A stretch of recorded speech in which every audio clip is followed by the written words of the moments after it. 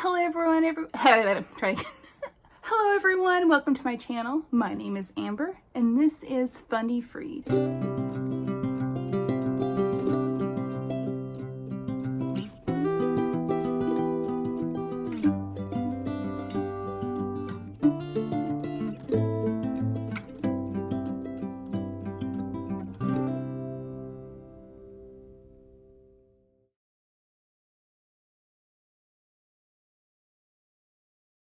Get started today. If you like what I'm doing, don't forget to subscribe to the channel and hit the notification bell so you do not miss the videos that come out every single Friday. Something different every single week. Today I want to do a deep dive on the Proverbs 31 woman. I want to preface this with the fact that I am not a theologian. I do have lived experience in the independent fundamental Baptist movement, and I know what the Proverbs 31 woman is not, and it is not what we have been taught in the fundamentalist world. I will be using verses from the King James Bible today because that is what fundamentalists tend to use, and so to combat that dogma, I will use the same text that they read on a daily basis. So Proverbs 31 talks about a virtuous woman, and the whole time I was in fundamentalism, Proverbs 31 was the woman that I was trying my best to obtain to. I wanted to be this Proverbs 31 woman because this woman was admirable and she took care of her family. And it bounced from that to the end of the chapter that her children rise up and call her blessed, and her husband is really proud of her. And then from there, it bounced into Timothy and Titus and different verses in the New Testament that then said women should be stay at home only be mothers, only be wives, and then subservient to men. And basically it dwindled from what Proverbs 31 really was meant for us as women to take as like a measuring stick for ourselves and twisted it into something that became about control. Because God designed us to not only be wives and mothers, and some of us are not capable of being mothers, and that is okay. And some of us do not want to be mothers, and that is okay. But God designed us to be good contributors to our society and to help those around us and to take care of our business and to be good people. And that to me is what the Proverbs 31 woman is. Let's get started and start reading, and let's get into it. Proverbs 31 verse 10. Who can find a virtuous woman? For her price is far above rubies. The heart of her husband doth safely trust in her, so that he shall have no need of spoil. She will do him good and not evil all the days of her life. To me, this part of the introduction of a virtuous woman shows a lot about her character. The character of a virtuous woman is trustworthy and honest, and those who have relationships with her feel safe with her, that she is a safe place that they can come to and talk to. She's accepting. She does not do anything to hurt those that are around her.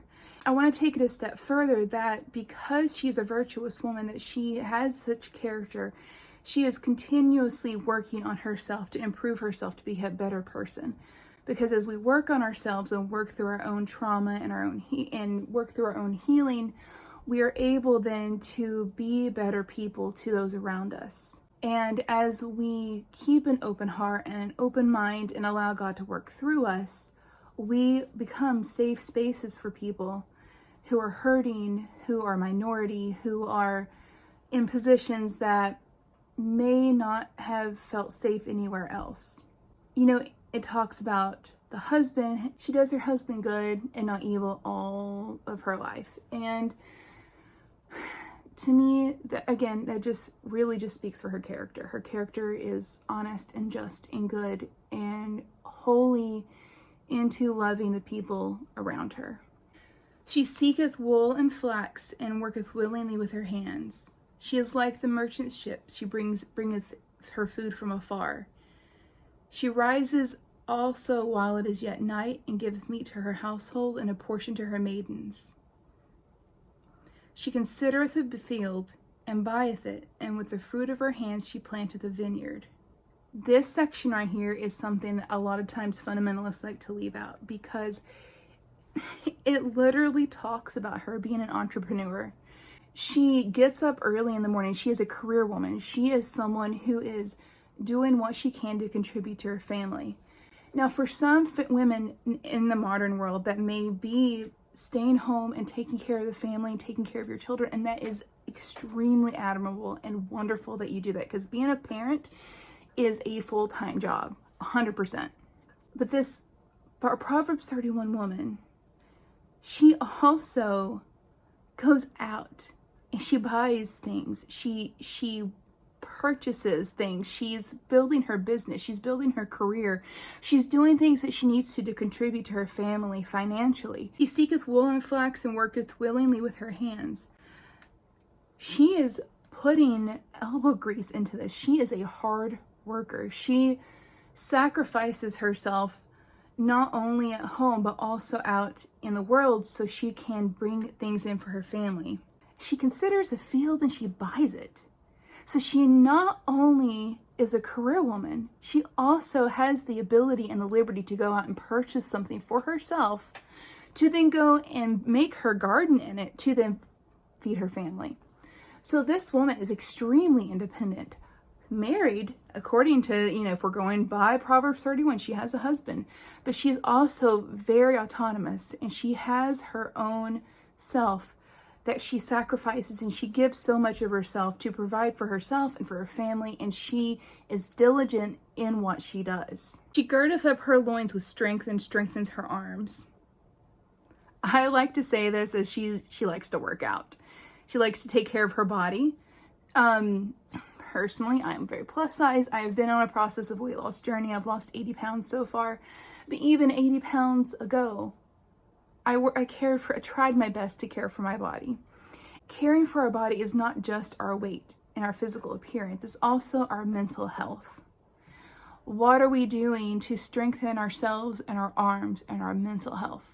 She cares about her mental health because she knows if she's not mentally okay, she cannot then give herself out to everything else and give 100% to her family and to her career because she's not okay herself. So what does she do? She strengthens herself. And in modern days, that means she gets therapy if she needs it. She gets on medication if she needs to be on medication. She talks about her emotions and her feelings, and she works through her traumas to continuously improve who she is and her mental health the best that she possibly can. She perceiveth that her merchandise is good. Her candle goeth not out by night. She layeth her hands to the spindle, and her hands holds the distaff. She's proud of what she does. She's proud of the work that she does, and she's proud of her merchandise. And for what she puts her hands to, things are accomplished. And working on her mental health and getting herself better and being a person of such good moral character and having a career, she can sit back and look at what she has accomplished and what she has accomplished through the Lord, and she can be proud of the things that she has touched and she has put her hands on. She stretcheth out her hand to the poor, yea, she reacheth forth her hands to the needy. She is compassionate, and she loves and cares for those who are minority and they are oppressed, and the poor and the needy and the widows and the orphans. She does what she can to be a voice for them or to help them in quiet ways, in loud ways. And for me, as a white female, I am doing my part on deconstructing internalized racism that I've been ingrained with my entire life, and being willing to acknowledge that and then see that there's a need for justice for the oppressed that I think is so important for us to do. And if it's not even just with that, I mean, we need to look at those that are less fortunate with us, and instead of sticking our nose up at them and say, you know what, they should just do better. They should go in there and get that job. They should do this and they should do that. What are we doing on our end to extend compassion and love and care for those that are not like us or who are less fortunate than us? She is not afraid of snow for her household are clothed with scarlet. She maketh herself coverings of tapestry. Her clothing is silk and purple. Okay, so this lady dresses nice, and she makes sure her family looks nice. Now, I'm not saying you have to go out here in Gucci and Coach and Michael Kors. This kind of spits in the face of the frumpy ideology that women should be in skirts down to the floor and shirts buttoned up to the neck and their hair down to the floor and no makeup, to not look worldly. This virtuous woman is in silk and in purple, so she looks nice. She does not have this expectation that she has to look like she rolled around in a potato sack for 5 weeks to be holy and to be godly and to be of good moral character. Her husband is known in the gates when he sitteth among the elders of the land. She maketh fine linen and selleth it, and delivereth girdles unto the merchants. Again, she's being an entrepreneur and she's running her own business. Strength and honor are her clothing, and she shall rejoice in the time to come. She openeth her mouth with wisdom, and in her tongue is the law of kindness. Strength and honor of clothing is not wrapped up in a holier than thou attitude. It is not sticking your nose up in the air going, you know what, I don't have tattoos, and so I am definitely more godly than you are. Or, I don't have piercings, so I'm definitely more godly than you are. Or, I was a virgin till I was married, so I definitely was more godly than she was. But, you know, thank God he forgives. No. Strength and honor is introspective, and she holds on to that internal strength that comes from herself and that comes from God. And she holds herself with honor, and she walks through this life with love and compassion. She talks, she has wisdom. She helps people with her words, and her words are full of kindness and advice that can help others in similar situations that she's in or she's ever been through, or she lends an empathetic ear to those who need just someone to talk to. She looketh well to the ways of her household, and eateth not the bread of idleness. She just makes sure everything's in order in her life. She keeps things in order. She keeps herself busy. Now, I am not saying this means that you are not allowed to take a self-care day or rest. I do not believe that. I believe that there is a time for rest and that there is a time to be busy. And I think that a well-rounded woman, a well-rounded person, one who does both, works hard and plays hard. Her children rise up and call her blessed. Her husband also, he praiseth her. Her kids love her. They can trust in her, and they can come to her with their problems. And her husband can too. Her husband can lean on her, and they have an equal partnership in their marriage. There is no one above the other. Many daughters have done virtuously, but thou excellest them all. Favor is deceitful, and beauty is vain, but a woman that feareth the Lord, she shall be praised.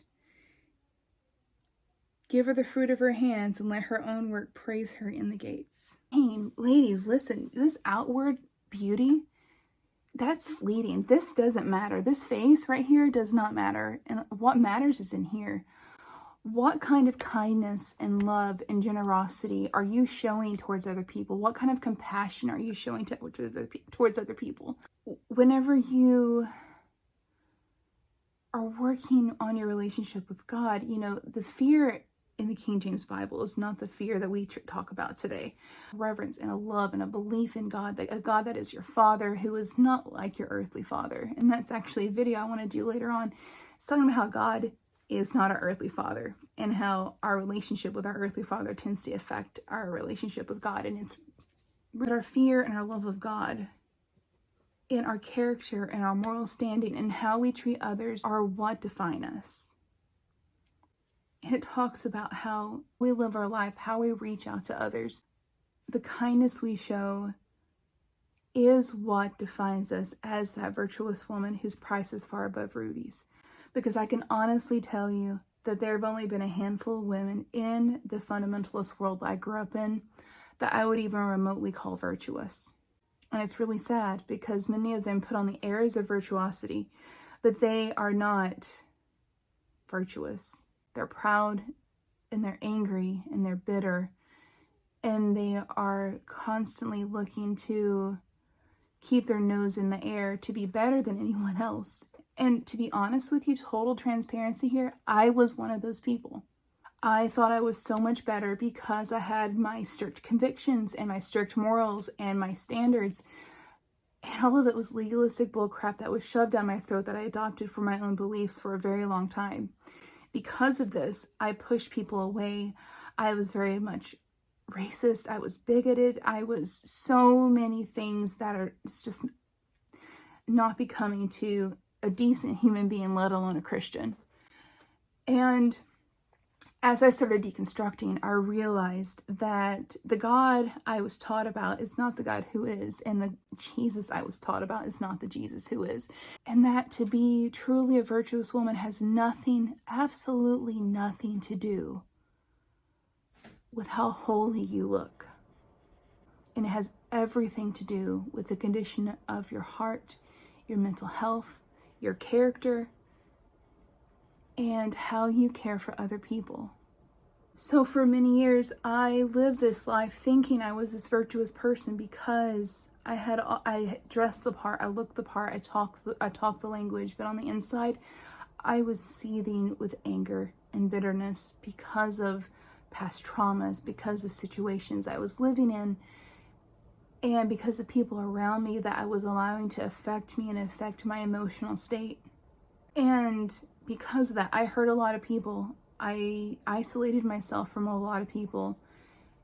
And I faked myself. I faked my life for a very, very long time. And that's not okay. That's not healthy. That was not good for me. And once I started breaking away from all of that and deconstructing and pulling all of these supposed outward appearance of holiness and virtue, I realized that what really mattered was how I loved, who I loved, how I interacted with people differently than me, loving people no matter their belief, their sexual orientation, their gender. It doesn't matter, because God loves us all for exactly who we are, because He made us. He knows exactly who we are. And because of this, it changed my whole worldview and my whole ideology behind what the Proverbs 31 woman should be. And once I really got into it and started reading it for myself, I realized how much was really left out. I could literally ramble on all day about this because this is something that's very interesting to me, but I will wrap it up here. I appreciate you so much listening to me talk and ramble about what I believe is the true Proverbs 31 woman. If you like what I said, or if you have any commentary or questions, please comment below and let me know what you think about it.